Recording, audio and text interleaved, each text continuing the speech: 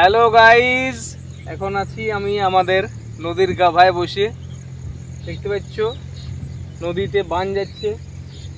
আমি আমার ক্যামেরাম্যানকে বলবো নদীটাকে একটু ভালো করে দেখাও। দেখতে পাচ্ছ কি সুন্দর স্রোত বইছে। তো অনেকদিন পর নদীতে আসছি চান করতে, আর তার কারণ হচ্ছে নদীতে এখন বান যাচ্ছে। দেখতে পাচ্ছ টানা 2-3 দিন বৃষ্টির ফলে এখন আমাদের ছোট নদী বিরাট আকার ধারণ করেছে। সামনে দেখতে পাচ্ছ শ্মশান ঘাট, আমাদের শ্মশান। তো পরশু ওই শ্মশান ঘাট পর্যন্ত জল উঠে গিয়েছিল। আজকে বৃষ্টিটা বন্ধ আছে, তাই স্রোতটাও কমিয়েছে এবং আজকে এখানে চান করতে বিরাট মজা লাগবে। ঠান্ডা জল